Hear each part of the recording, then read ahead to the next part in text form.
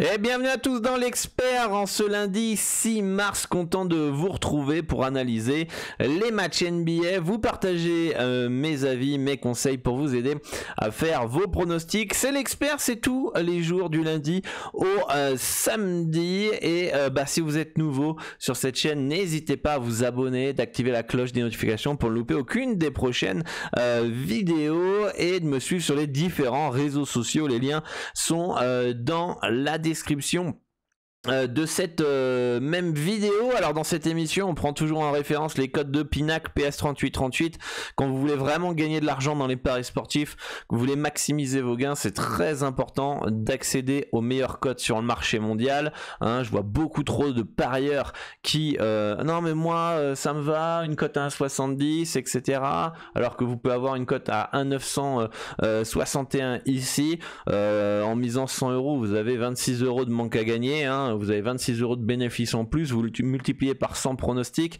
hein, ça fait du 2600 € à la fin de l'année. Voilà, hein, ça vous fait de bonnes petites vacances, hein, et ça vous permet d'arrondir vos fins de mois. Donc accéder aux meilleures cotes est très important. C'est le bookmaker des parieurs professionnels parce que c'est le seul qui ne limite pas les parieurs gagnants. Et si vous voulez avoir un compte sur Pinac PS3838, vous pouvez passer par un des brokers les plus fiables au monde. C'est par eux que j'ai ouvert mon compte il y a quelques années, il y a une quinzaine d'années, très pro, très sérieux. C'est Asian Connect. Vous remplissez le formulaire ici, vous cliquez sur PS3838 ici. Moi je vous accompagne pas à pas avec un tuto vidéo, le lien est dans la description, les liens sont dans la description et je vais les mettre dans les commentaires épinglés. Hein, et en quelques minutes vous aurez votre compte sur PS3838 et vous pourrez maximiser vos gains et vous rapprocher de vos objectifs dans les paris sportifs.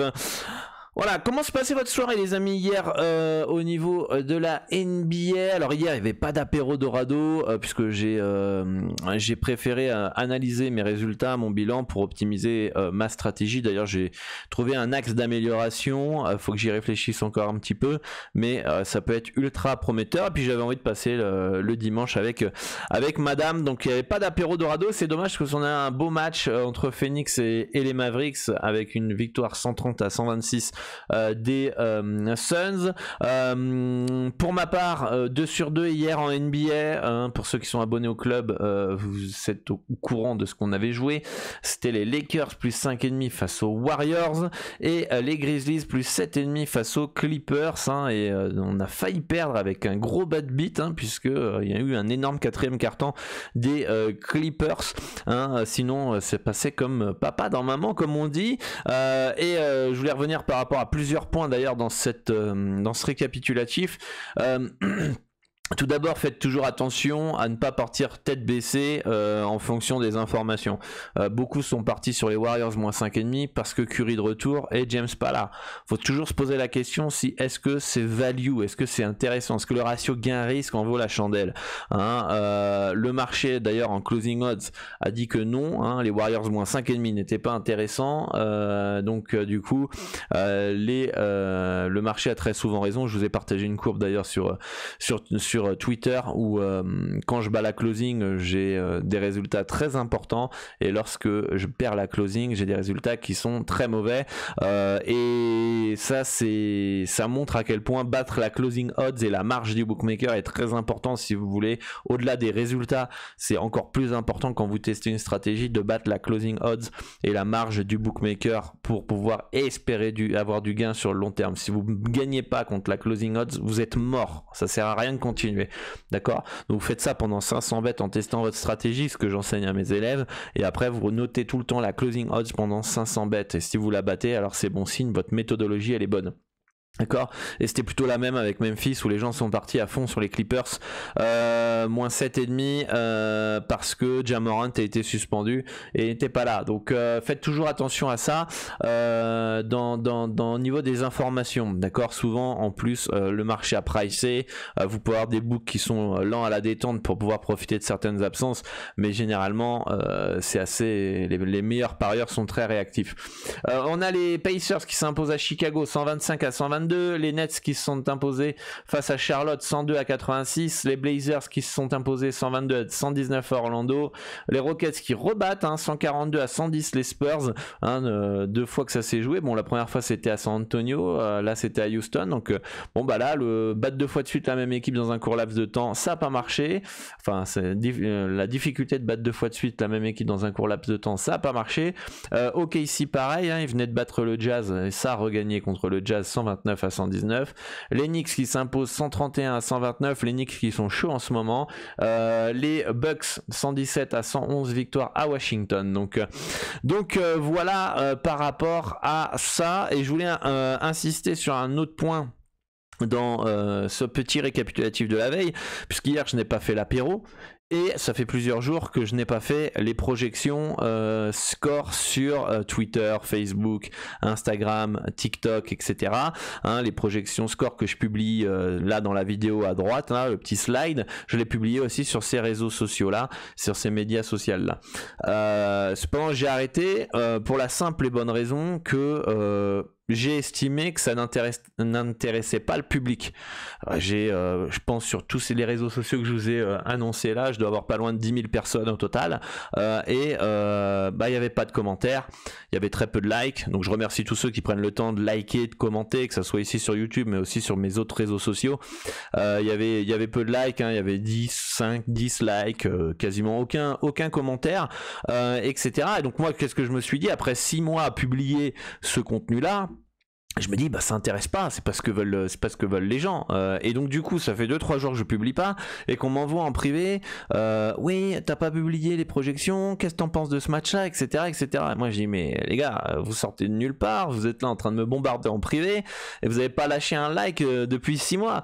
Donc là où je veux en venir, c'est que si vous appréciez le travail, quel que soit le domaine, que ce soit les paris sportifs, la cuisine, le développement personnel, les tutos Excel ou j'en sais rien moi, autre chose qui vous intéresse, n'hésitez pas à liker, partager, commenter, c'est hyper important, ça nous permet d'avoir du retour, de savoir si ça vous intéresse, ça permet aussi de soutenir, parce que quand vous likez, vous commentez, qu'est-ce qui se passe? Le média social, il va se dire quoi, où vous partagez, il va se dire ah tiens, il y a de l'interaction sur cette vidéo, sur ce post, sur ce podcast, sur cet article, sur cette vidéo, et il va se dire tiens, comme ça a l'air d'être intéressant, je vais la recommander à d'autres gens qui sont intéressés par les paris sportifs, la cuisine, etc.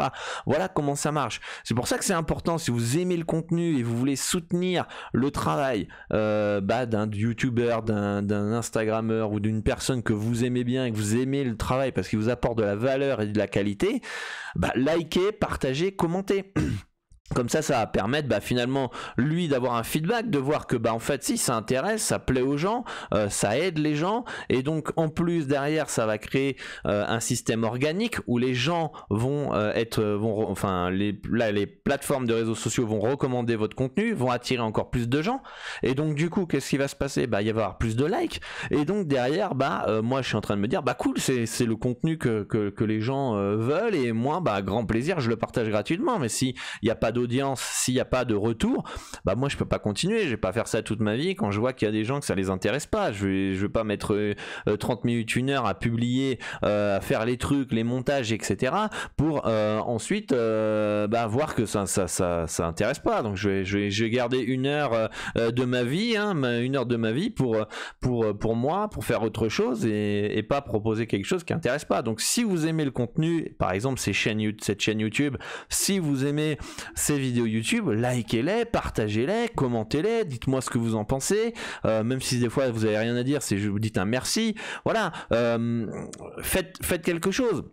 Parce que là ça fait ça va faire 5 ans que je partage ces vidéos YouTube, et on va dire qu'au début il y a eu de l'engouement. Au début on est monté, on était à 500 vues, puis ensuite à 1000 vues, 1200, 1500 vues, on est même monté à 2000 dernièrement, et là on est redescendu à peine 1000 vues. Ça s'essouffle. Alors est-ce que parce que le contenu vous plaît pas? Peut-être, peut-être qu'il faut que je le modifie, peut-être c'est pas le bon format, peut-être qu'il est trop long, peut-être que... Moi j'ai besoin d'avoir vos retours, d'accord? Soit parce que j'en sais rien moi, peut-être que vous aimez plus le concept, mais faites des retours, faites quelque chose. Donc si vous aimez ces vidéos, likez-les, commentez-les, parce que là ça fait 2 ans qu'on stagne autour des 1000-1500 vues. Voilà, qu'est-ce qui se passe à la télévision quand une chaîne fait moins d'audience ou une émission fait moins d'audience? Elle arrête tout simplement. Donc là vous avez la chance de pouvoir liker, commenter pour qu'on puisse augmenter le nombre de followers, de vues, etc. et d'aider un maximum de parieurs, parce que là c'est un peu long l'introduction, mais là où j'ai envie de revenir, et d'ailleurs je vais vous faire un petit coup de Trafalgar, je vais vous faire croire que le premier match il décommence au récapitulatif de la veille, comme ça je sais que vous allez écouter le message, mais moi, partager du pronostic, parce que je sais c'est ce que veulent les gens, veulent beaucoup de pronostics, mais ça sert à rien les amis. Comprenez bien que si vous n'avez pas un bon mindset, un bon money management, une bonne psychologie, une bonne stratégie, je peux vous envoyer tous les pronostics gratuits, je peux vous donner tous mes pronostics gratuits si vous voulez, du site. Vous gagnerez jamais d'argent. Jamais. Pourquoi? Parce que vous n'avez pas les bons outils, vous n'avez pas le bon mindset, vous n'avez pas la bonne psychologie, les bonnes croyances, etc. etc. D'accord? C'est pour ça que moi, vous envoyez du bet, ou vous donnez du bet, ou vous partagez mes analyses, c'est bien. On est nombreux sur ces émissions, mais le plus important, c'est les Dorado Show les jeudis à 20h ou les podcasts que je vous fais, vous pouvez réécouter. Ça, c'est le plus important. C'est ça qui va vous faire gagner dans les paris sportifs. Parce que vous allez progresser. Vous allez mettre en place des actions, vous allez changer votre mindset. Et c'est ça qui va vous faire gagner. C'est pas ces vidéos-là. Ces vidéos-là, c'est pas qu'elles servent à rien, entre guillemets. Elles vous aident à complémenter dans vos analyses, etc. Mais le plus important, c'est de travailler sur vous, travailler sur votre psychologie, votre stratégie, votre méthodologie, vos croyances. D'accord?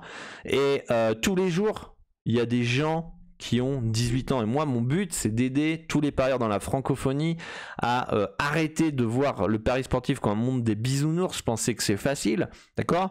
Et ma mission est d'aider un maximum de parieurs en les éduquant. C'est ça qui me drive tous les jours, c'est de vous éduquer, c'est de vous aider à progresser, travailler sur vous. D'accord?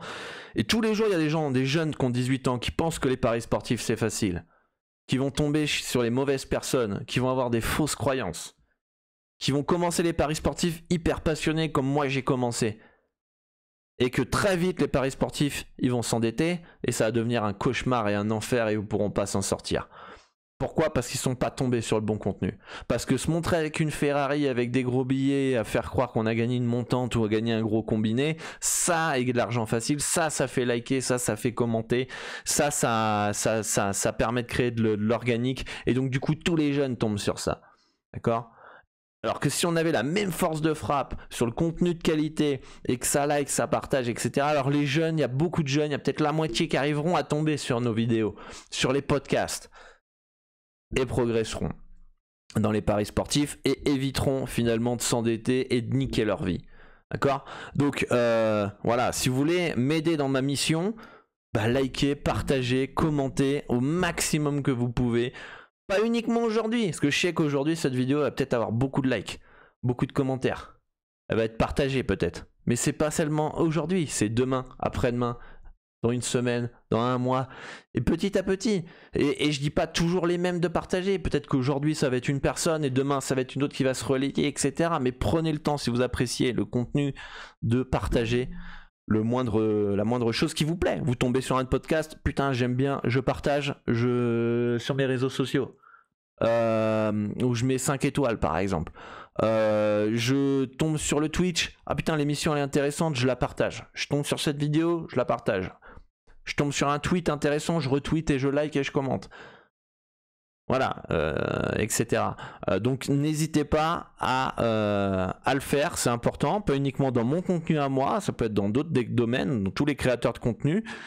Et sachez que déjà une stat hyper importante sur cette chaîne YouTube, la moitié des gens qui sont sur cette chaîne à regarder mes vidéos, la moitié qui regardent régulièrement mes vidéos ne sont pas abonnés à la chaîne. Et pourtant tout le temps au début, abonnez-vous à la chaîne, etc., etc. Donc c'est pour vous dire à quel point les gens sont plutôt passifs et ça empêche finalement le développement du travail et des conseils. Donc voilà un petit peu pour tout ça, j'espère que vous avez compris un petit peu ma mission.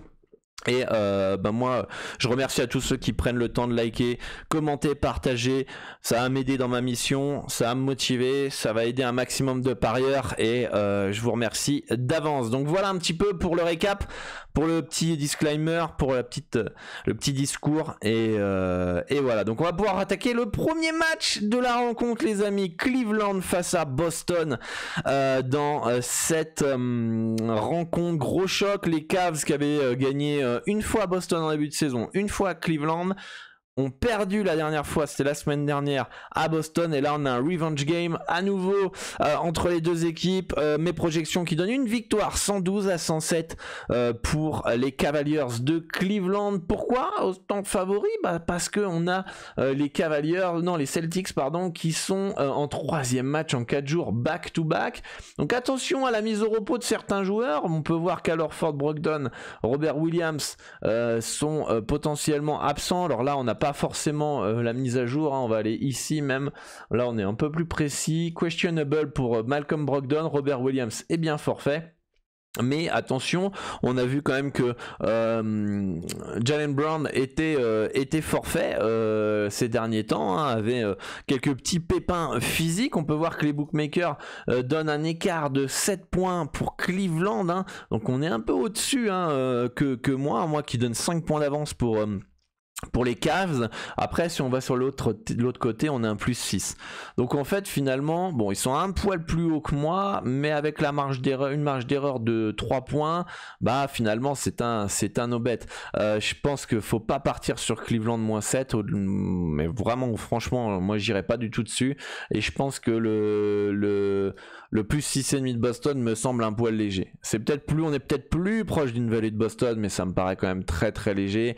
C'est un match qui peut vraiment partir dans les deux sens. Je donne un avantage quand même aux Cavs pour être à domicile, pour avoir peut-être plus de fraîcheur, d'être une équipe jeune aussi, hein, donc qui joue une bonne défense. Et par contre, attention à Cleveland, on a Donovan Mitchell qui est pas là, enfin qui est incertain, et on a vu à quel point les Cavs dépendaient beaucoup de ses performances offensives, et donc à voir, à surveiller ça. Mais en tout cas, pour ma part sur ce match-là, ça me semble pas vraiment intéressant.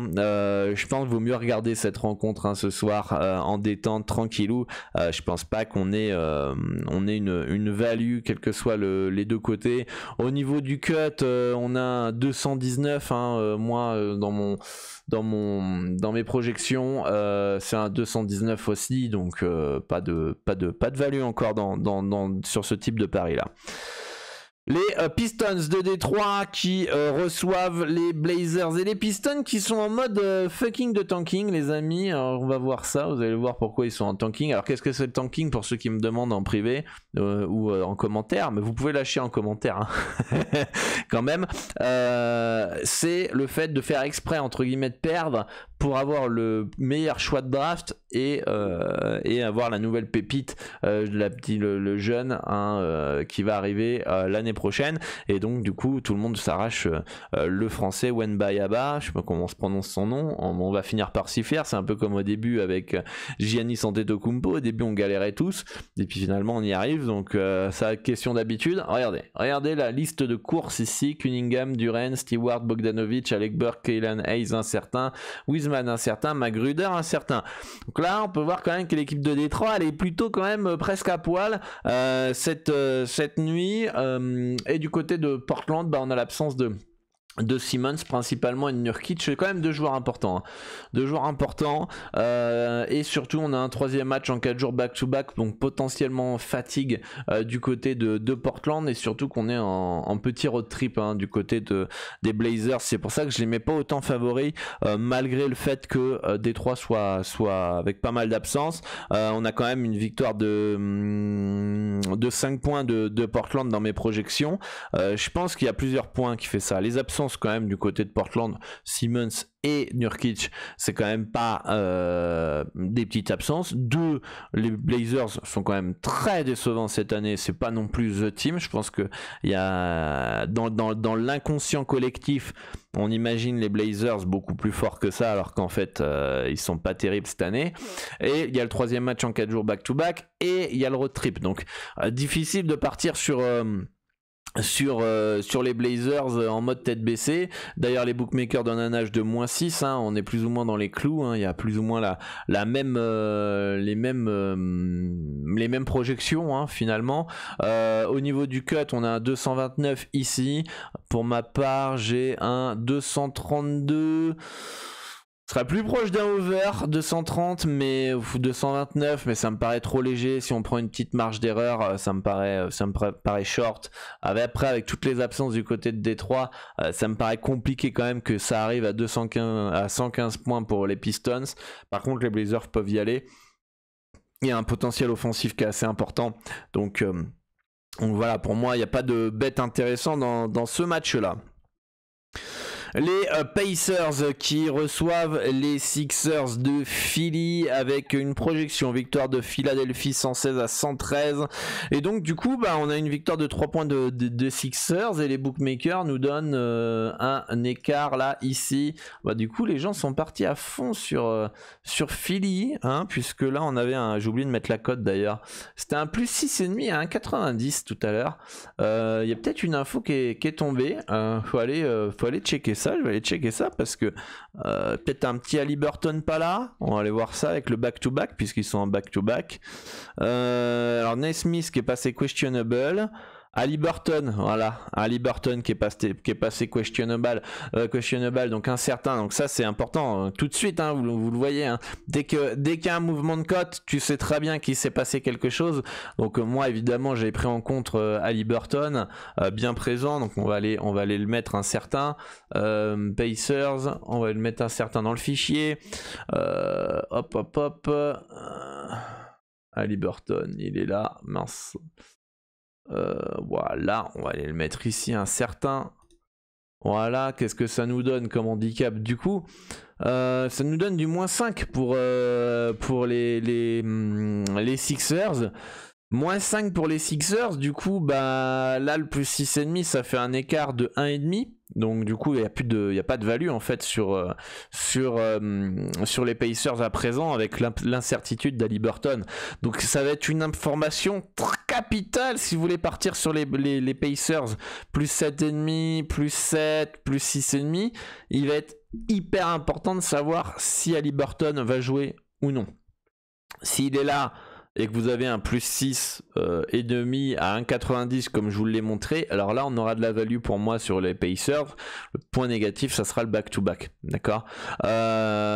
Cependant ce qui pourrait être intéressant, ce qui pourrait être une bonne alternative pour ce match là, alors je vais retrouver mon petit slide, ça serait potentiellement le under 232 et demi, 233. Alors moi j'ai mis 233 et demi ici, mais maintenant avec Haliburton incertain, voilà, le under 233,5 il va baisser et il a baissé, mais ça serait peut-être la meilleure option. Si vous n'êtes pas disponible actuellement, vous dites ouais non mais l'information ça dépend. Si franchement vous êtes obligé d'aller vous coucher parce que vous pouvez pas attendre l'information, peut-être que le meilleur compromis ça serait le under 233,5. Pourquoi? Parce que s'il est là à Haliburton, ça peut passer le under. Moi j'ai une projection victoire une projection de 229, donc bon on est un peu plus bas que le 233. Philadelphie, je rappelle, est une des meilleures défenses de NBA, même si en ce moment ça joue comme des guignols, hein, ça joue l'attaque comme des oufs.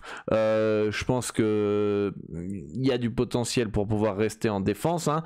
On les a vus, hein, des fois je vous ai conseillé des overs sur Philly, ils ont fait des under parce que c'est une des meilleures défenses, donc tout dépend un peu du tempo qu'ils vont faire.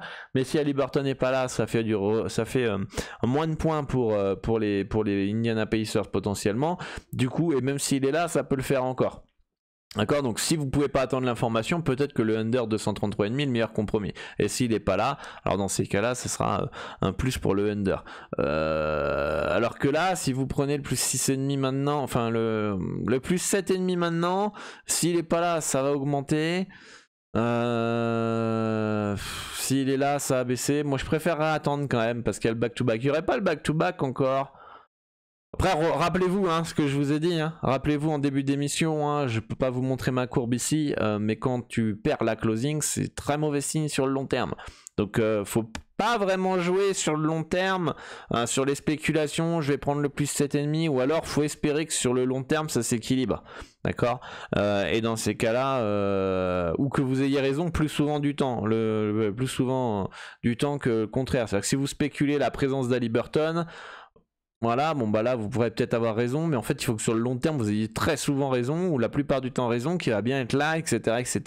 Parce que sinon vous perdez la closing, vous êtes mort sur le long terme. D'accord, donc pour moi on attend les informations, ça me semble le mieux, ou alors partir sur un under 233,5 si vous êtes en accord avec cela et que vous pouvez pas attendre l'information, ça me semble le bon compromis, parce que tu t'en fous un petit peu de qui est là, qui est pas là, ça peut le faire quand même malgré tout. C'est moins important la présence d'Haliburton ou l'absence d'Haliburton sur un under que sur le handicap pour ma part. Les Hawks d'Atlanta qui restent à Miami, hein, puisqu'ils ont joué je crois le dernier match à Miami, s'étaient fait éclater face au Heat, et ce soir on a un petit revenge game. La dernière fois Miami était en 3e match en 4 jours back-to-back, donc on avait conseillé les Hawks en sec, en spéculant une potentielle fatigue du Heat. Ça n'a pas été le cas, et ce soir on a un revenge game du côté de Atlanta, mais comme on est plus en 3e match en 4 jours back-to-back, et il n'y a plus de value en fait sur Atlanta pour ma part. Pour ma part, Miami léger favori à domicile dans ces conditions sans le calendrier contre eux, ça me paraît tout à fait logique. 111 à 110 pour ma part. Atlanta a quand même toujours ses chances de gagner là-bas à 2,30. D'ailleurs, je vais regarder un peu à quel point ça fait en termes de probabilité. Le 1,694 en termes de cote, ça fait du 60% de probabilité de Miami de gagner. Parce que je sais qu'il y a beaucoup de parieurs qui trouvent que les cotes à 1,60, 1,70 c'est bien payé, mais en fait dès que tu passes en proba, ça fait quand même là une cote à 1,70, ça fait du 60% de probabilité de gagner. C'est-à-dire que si vous avez une mise fixe, il vous faut plus de 60% de réussite sur ces cotes là pour gagner de l'argent.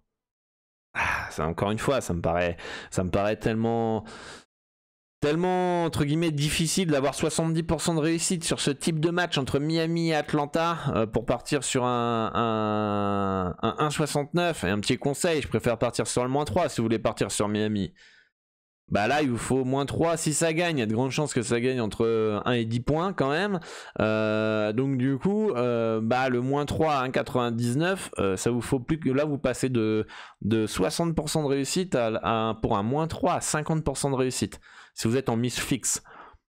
La diff, le ratio gain-risque là, je préfère le -3 que le sec, hein, personnellement. Ok, des fois on va tomber une petite victoire de Miami de 1-2 points et on va perdre, mais bon, ça c'est le risque, mais je pense que sur le long terme c'est plus intéressant de prendre le -3. En tout cas, moi je pense que Miami, vu leur défense, vu leur rythme de jeu, je pense que le under peut être intéressant dans cette rencontre. Un under 230 à 1,925 me semble pourquoi pas intéressant dans cette rencontre. Le Heat, c'est une équipe qui joue dur, demi-terrain, qui défend. Atlanta, bon, c'est offensif, hein, clairement. Alors à voir avec Schneider s'il n'y a pas quelques petits principes défensifs qui vont se mettre en place du côté des Hawks, hein, parce que ça peut être un petit principe, ce qui peut faire step up cette équipe d'Atlanta. C'est pas l'attaque, ce serait plus quelques principes défensifs. Donc voilà, moi j'ai une petite préférence sur le under dans ce match-là, puisque j'ai un cut à 222 points, hein, ou 221. Voilà, ça dépend si on arrondit ou pas. Donc voilà un petit peu pour cette rencontre.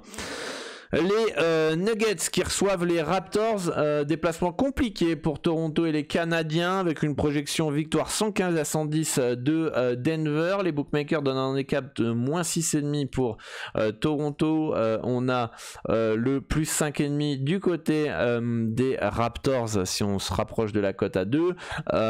Donc pour moi pas de value. Pas de value, très clairement bien placé dans cette rencontre entre les Nuggets et les Raptors. Donc c'est un beau no-bet en termes d'handicap. Bon bah là, cote 1,45, on a déjà fait le calcul, hein, il faut plus de 70% de réussite, hein, pour gagner un peu d'argent, donc pas du tout intéressant. En tout cas pas dans cette configuration là. Par contre, ce qui peut être intéressant, c'est le under 229. Alors certes, il y a du potentiel offensif du côté de Denver, mais je trouve qu'il n'est pas assez important pour ma part pour que le over passe tranquillou. Surtout que Toronto, c'est une équipe qui a des principes défensifs, qui est une équipe qui a moins de talent offensif, donc du coup qui doivent baser son succès sur la défense. Donc moi, préférence un petit under dans cette rencontre, hein. Si je reprends un petit peu les différentes stats, on a Denver qui fait partie pas des meilleures défenses, mais qui a une bonne défense. Toronto qui a une défense correcte, une attaque moyenne. On a un rythme moyen entre les deux équipes de 228-229 points. Non, même moins, pardon. Ça, c'est la moyenne, c'est 228 points. On est à 224, pardon. On est à 224 du côté de Toronto et on est à 229 du côté de Denver. Donc le danger vient surtout de Denver dans ce under. Mais je trouve que Denver peut être assez nonchalant. Et s'ils sont nonchalants, ça veut dire que offensivement, c'est un peu coussi coussa, on va dire, et Toronto peut baser son succès sur la défense. Donc pour moi, préférence à under, même si actuellement le marché part dessus. On va voir le marché, qu'est-ce qu'il nous dit d'ailleurs. Qu'est-ce qu'il nous dit au niveau des courbes sur un under. Ça open à 1,80, donc le marché est plus parti sur le over. Mais il est redescendu tout de suite derrière. Donc en ouverture, c'est passé sur un over. Je sais pas si vous voyez bien la courbe. Ensuite ça redescend là. Donc là on est plus ou moins on est plutôt haut là. C'est-à-dire que on verra comment ça close, mais en tout cas le over au-dessus de 2 tout à l'heure, ça passait, c'était mieux. Et après, une fois que le under est passé, alors il y a peut-être des gens qui ont fait des surbets, et donc ils sont partis sur l'inverse à côté derrière, une fois que c'est passé le under à 2. Donc bon, on verra.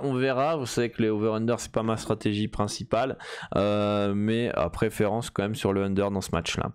Et enfin, le dernier match, c'est les Kings de Sacramento qui reçoivent les Pels. Projection victoire 122-116 pour Sacramento. Sacramento qui peut faire les playoffs, et je crois qu'ils sont déjà qualifiés ou sont pas loin de se qualifier en playoffs.